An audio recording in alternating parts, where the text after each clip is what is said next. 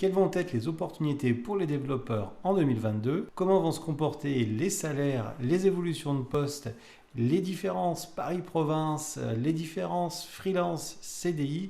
Eh bien, c'est l'ensemble des points et un petit peu plus qu'on va voir ensemble maintenant avec Slimane. Slimane est responsable marketing de la société Talent.io.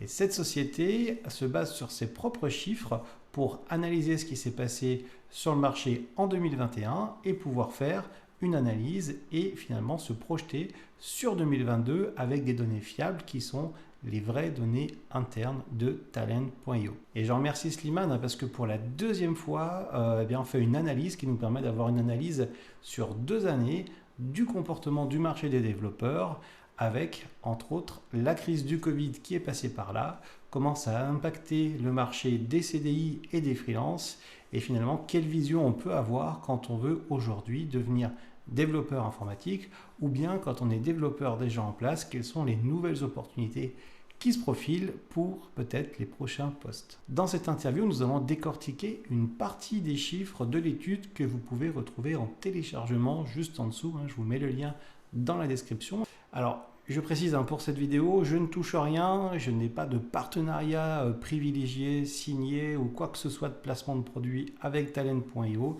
C'est une confiance qui s'est instaurée avec Slimane et on a plaisir à vous partager des éléments qui vont pouvoir vous aider en tant que développeur et pourquoi pas si vous regardez cette vidéo en tant qu'entreprise si vous cherchez des développeurs pour des mises en relation. Mais je ne touche rien là-dessus. Je vous souhaite maintenant une bonne interview et rappelez-vous, vous avez tous les éléments en description. C'est parti!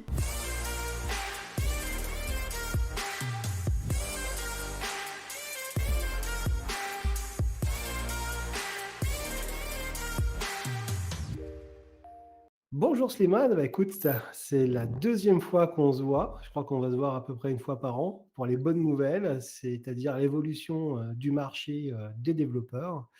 Et aujourd'hui, on va discuter un petit peu de cette étude qui vient de paraître, cette nouvelle version, on va dire. Et c'est très, très intéressant parce que le Covid est passé par là. On en parlait dans l'étude précédente et puis ça va permettre d'avoir un peu une vision 360 de l'étude. Donc, est-ce que pour ceux qui ne te connaissent pas encore, tu pourrais te présenter en quelques mots et puis nous dire ce qu'est Talent.io? Avec plaisir. Salut Nicolas, merci de m'inviter à nouveau, après presque un an. Ça fait plaisir d'être là. Donc moi je suis Slimane, je travaille depuis, bientôt 7 ans chez Talent.io, notamment pour créer du contenu, utile pour notre communauté. Et aujourd'hui, je suis là avec toi pour discuter de notre dernière étude, des salaires de la tech, qu'on essaye de produire, tous les ans, chez Talent. Talent.io, en quelques mots, c'est, la façon la plus simple de trouver un job tech en Europe. Nous, on propose des postes en CDI, en freelance, des stages, des apprentissages également. Tout ça soit en remote, soit au bureau. On a développé une plateforme sur laquelle on met en relation des développeurs, des data scientists, des CTO, des product managers, en fait des profils techniques, avec des entreprises qui cherchent à recruter en Europe. Le plus, ce qu'on essaie d'apporter en plus, nous, c'est la transparence. Et en fait, les recruteurs sont obligés de proposer une fourchette salariale dès le premier contact avec un candidat ou une candidate, ce qui permet donc à nos utilisateurs de savoir vraiment où ils mettent les pieds. Euh, et tout se passe sur notre plateforme en direct entre les entreprises qui recrutent et les candidats. Il n'y a pas d'intermédiaire, il n'y a pas de chasseur de tête.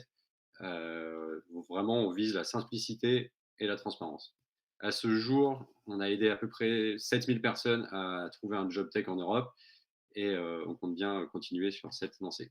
Et du coup, ça me permet de rebondir sur un point parce que, c'est la vérité. Alors, c'est bien d'en parler aussi. Moi, j'ai été passé personnellement, par les services de Talent.io. Je crois que je l'avais dit dans l'ancienne, interview qu'on avait fait ensemble et j'étais, super content de la relation. Alors, c'est pas pour, passer du vernis, c'est vraiment que, j'avais eu quelqu'un de réactif, qui avait pris le temps, de me questionner mon parcours, de comprendre ce que j'avais fait, ce que je voulais faire, ce que je voulais plus et qui avait vraiment travaillé pour proposer, donc il m'avait proposé, je crois, 2 entreprises, dont une start-up, qui a réussi à lever les fonds par la suite, à hauteur de 700 000 €. Alors moi, j'avais décidé de ne pas continuer avec la start-up, mais franchement, en termes de qualité, des entreprises avec qui j'étais mis en relation, c'était top et il y avait eu un suivi par la suite. C'était pas juste, je fais, un appel et puis après la personne se débrouille. On était vraiment allé jusqu'au bout et c'était vraiment appréciable et c'était avant de connaître Slimane et quand j'ai vu l'étude, la première et que j'ai contacté Slimane, bah, c'était un vrai plaisir de partager ça aussi. Voilà, alors on va enchaîner par la question suivante, c'est comment, d'après toi, Slimane s'est comporté le marché en 2021? Est-ce qu'il a vraiment souffert de la crise sanitaire pour les développeurs? Je vais commencer à parler d'aujourd'hui. Globalement, le marché a repris des couleurs. Nous, on constate que la demande est repartie à la hausse après une forte chute en 2020 liée à la crise sanitaire. En fait, les demandes d'entretien qu'on enregistre sur talent.io sont en nette augmentation en 2021 pour la majorité des métiers tech. On se rapproche donc du dynamisme du marché pré-Covid. Les salaires, eux aussi, sont repartis à la hausse en France sur l'ensemble du territoire. Et ce qui nous fait donc dire que 2021, c'était une année de reprise avec des tendances très encourageantes, aussi bien pour les volumes de recrutement, donc les besoins en recrutement des entreprises, que pour les niveaux de rémunération proposés aux candidats et aux candidates. Euh, c'est également une année durant laquelle la mutation du lieu de travail s'est poursuivie, avec l'adoption généralisée d'une organisation hybride, donc remote et on-site. Et nous, on a interrogé plusieurs centaines de nos clients sur le sujet. Et pour te donner un ordre d'idée, il y a à peine 6% des boîtes interrogées qui souhaitent retourner à une organisation 100% présentielle une fois que le Covid sera terminé. Ça veut donc dire que l'immense majorité des organisations ont passé le pas et elles ont accepté cette nouvelle réalité. Et on pense que ça va créer de belles opportunités pour les candidats et les candidates sur tout le territoire.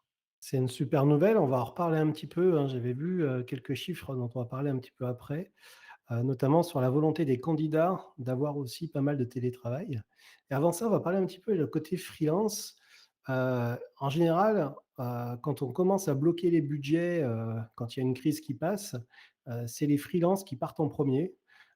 On se reconsolide sur les acquis, sur les personnels dans l'entreprise et puis les freelances, sauf cas exceptionnel, on ferme les vannes. J'ai l'impression que c'est pas forcément le cas. Est-ce que pour toi, le marché freelance a été touché comme on pouvait le craindre? Du reste. Bon, déjà, il faut dire que le marché des freelances dans la tech est assez spécifique. Ouais. Donc, je pense qu'il est un peu à part de. Ce qu'on a remarqué, c'est que la crise en parallèle, elle a poussé pas mal d'entreprises à adapter leur modèle, forcément à accepter de travailler à distance. Et donc, ça les a aidés à, on va dire, à collaborer plus facilement avec des freelances. Peut-être que c'était quelque chose qu'avant on voulait moins faire parce qu'on avait l'habitude de travailler sur place avec des gens en CDI, etc. Maintenant, de toute façon, tout s'est atomisé. Donc, c'est nécessairement plus simple de collaborer avec des freelances parce qu'on commence à s'habituer à travailler de manière asynchrone ou en tout cas à distance. Donc, en 2021, le marché des freelance tech se portait bien. Les taux journaliers pour les profils tech nous semblaient rester assez stables et à la hauteur en fait, de la valeur apportée par ces profils-là, à savoir beaucoup d'expérience très rapidement et puis des compétences très spécifiques qui sont pas forcément. C'est ce qu'on recherche quand on travaille avec un freelance. Après, je voudrais apporter juste une nuance en disant que sur notre plateforme, nous, on répond aux besoins de nos clients, donc des entreprises qui recrutent, et on a majoritairement des clients qui cherchent à recruter des profils assez expérimentés, donc plutôt seniors. Donc, ce que je te dis, c'est vrai pour ces profils-là. Après, peut-être que les profils juniors ont plus souffert de la crise, Mmh. mais on dispose de moins de données à leur propos, donc je ne peux pas m'avancer autant là-dessus. Ouais, ouais, tout à fait. Les profils juniors, il faut, c'est pas évident d'analyser les chiffres parce qu'il y a les sirènes qu'on entend sur internet et il y a la réalité, notamment concernant les organismes de formation.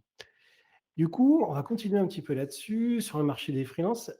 J'ai vu dans l'étude qu'il y avait des pourcentages, concernant les rôles, c'est-à-dire les types de profils recherchés.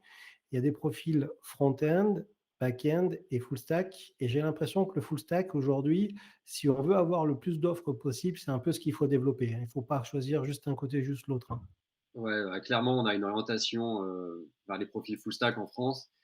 À Paris, par exemple, près de 30% des propositions d'entretien sur notre plateforme sont adressées à des profils full stack, alors que back-end, c'est 12% et front-end, c'est 8%.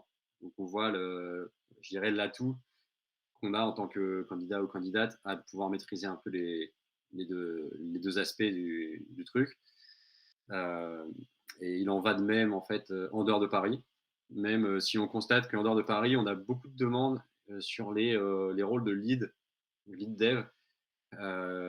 Et ça correspond sûrement à une certaine tension en dehors de Paris sur ces rôles-là qui doivent être plus durs à staffer. Je peux ajouter aussi quelques mots côté technologie. On a la liste des plus demandés et sans surprise, on a React, Angular et Vue.js en front qui sont vraiment en haut du panier. Côté back, les entreprises elles cherchent surtout du Node.js, du Java avec Spring comme framework et du Python avec Django. Et en quatrième, on a PHP avec Symfony. En termes de salaire médian, est-ce que, alors sans donner tous les chiffres de l'étude, d'ailleurs, je leur précise, l'étude elle est téléchargeable dans le lien juste en dessous de la vidéo. Qu'est-ce qu'on peut constater en salaire médian à Paris et en province, pour donner un exemple? Déjà, je peux partager les valeurs médianes. Ouais, Pour un développeur à Paris, pour tout niveau d'expérience et rôle confondu, vraiment junior à senior, du rôle d'entrée jusqu'à VP Engineering, on est sur un salaire médian de 47 500 euros annuels et on a environ 18% de moins quand on sort de Paris et on tourne aux alentours de 40 000 euros annuels. Si on regarde de plus près, on a le salaire médian des devs juniors, donc qu'on catégorise entre 0 et 1 an d'expérience, qui est de 40 000 euros à Paris annuel versus 35 000 en région. Après, les salaires augmentent naturellement plus ou moins dans les mêmes proportions avec l'expérience. Mais évidemment, les salaires parisiens démarrant plus haut, ils atteignent toujours des niveaux plus élevés que les salaires hors de Paris.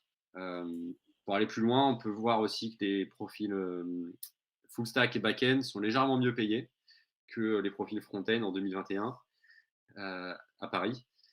Et en région, on voit, c'est là, par contre, c'est nettement les profils full stack qui creusent l'écart au fur et à mesure de leur carrière. En gros, si tu es dev full stack expérimenté en région, tu vas vraiment dépasser ce que tu peux gagner en étant front-end ou back-end. ouais, c'est une super info et en plus, le profil full stack, c'est le profil juste avant le tech lead et comme on voit qu'en région, il y a une demande forte aussi, c'est un bon moyen de faire carrière en région et en parlant de ça, là, j'ai vu que, 65,8, alors c'est précis, des candidats qui ne pourraient pas travailler dans une entreprise, enfin, ils ne pourraient pas travailler dans une entreprise qui ne propose pas de télétravail. Donc ça rejoint ce que tu disais tout à l'heure et j'ai vu aussi que le salaire des développeurs et développeuses en 100% télétravail ne semble pas souffrir de différence par rapport à un poste en présentiel. Donc le télétravail, modulo la façon de gérer soi-même socialement, etc., ça reste une opportunité malgré toutes les idées reçues qu'on a un petit peu à droite à gauche par rapport justement à la crise. Ouais, carrément. Bah, nous, on a mené un sondage aussi donc, auprès de plusieurs centaines de développeurs qui utilisent notre plateforme. Mhm. Donc, comme tu disais, ils étaient à peu près 65% à déclarer ne plus pouvoir travailler dans une entreprise qui ne proposerait pas au moins une politique de télétravail partiel. Ça résonne d'ailleurs avec ce que je te disais au début, puisque du côté des entreprises, l'organisation hybride, ça devient la norme. Et donc, la crise a vraiment chamboulé toutes les façons de faire du passé. En, en, ce qui concerne le salaire, tu l'as dit, on est à première vue, il ne semble pas y avoir de différence significative entre un poste 100% en télétravail et un poste 100% présentiel. Après, évidemment, ça peut varier d'une entreprise à l'autre. Mais nous, ce qu'on observe sur la plateforme, c'est que le salaire médian n'est pas impacté par ce critère. Moi, je pense que c'est forcément une bonne nouvelle pour beaucoup de personnes en termes de confort de vie. Et je le pense, mais je l'ai aussi lu dans ce sondage, en fait, car elle déclare que les deux raisons principales pour elle qui font l'attrait de ce mode de ce mode d'organisation, c'est le confort et l'équilibre de vie pro, vie perso. Mhm. C'est normal, on le comprend très facilement, je pense. Oui, oui, c'est top. Ça me permet de rebondir sur un point, c'est que quand on regarde un petit peu finalement ce marché-là, le marché des freelances, il n'a pas souffert finalement par rapport à la crise ou pas comme on pouvait s'y attendre. Le télétravail, ça reste une opportunité vraiment viable pour le métier de développeur. Les entreprises ont appris à travailler d'une autre façon. Donc du moment qu'on développe les bonnes compétences, trouver les bonnes missions, ça peut être, aujourd'hui, peut-être même plus simple qu'avant, en tant que freelance notamment, et ça, c'est super parce que, c'est un point que je donne souvent aux apprenants avec qui j'avance. C'est que quand on va demander, à quelqu'un, qui veut un CDI, on veut savoir de quoi il est capable, on va lui demander ses diplômes. Et puis, un consultant externe, heu, finalement un freelance, on va lui demander quels sont ses clients, quelles sont ses missions, et pourtant c'est la même personne. Alors aujourd'hui, si on développe les bonnes compétences sur les bonnes technologies, on peut tirer son épingle du jeu avec une qualité de vie assez intéressante en tant que développeur. C'est peut-être un des métiers aujourd'hui où on a le meilleur compromis par rapport à ça. C'est super. Eh bah, écoute, merci beaucoup, Slimane, pour le temps que tu m'as accordé, parce que Avec c'est plaisir. vraiment, super d'avoir une vision 360 réelle du marché, et qu'on peut affiner, avec les années, voir comment ça évolue. Ça permet de regarder dans le rétroviseur. Je laisse sur le blog l'ancienne interview, je vais rajouter celle-là, comme ça vous pouvez comparer, vous pouvez voir l'évolution, et avoir des données, terrain plutôt que des données sorties du chapeau, bah, c'est toujours, vraiment plus sympa, parce que, bah, quand on décide de changer de vie, eh ben, c'est bien de préparer le terrain, et vous avez vraiment de belles opportunités avec le métier de développeur. Donc voilà, c'est top. Je mets tous les liens en bas en description de cette vidéo.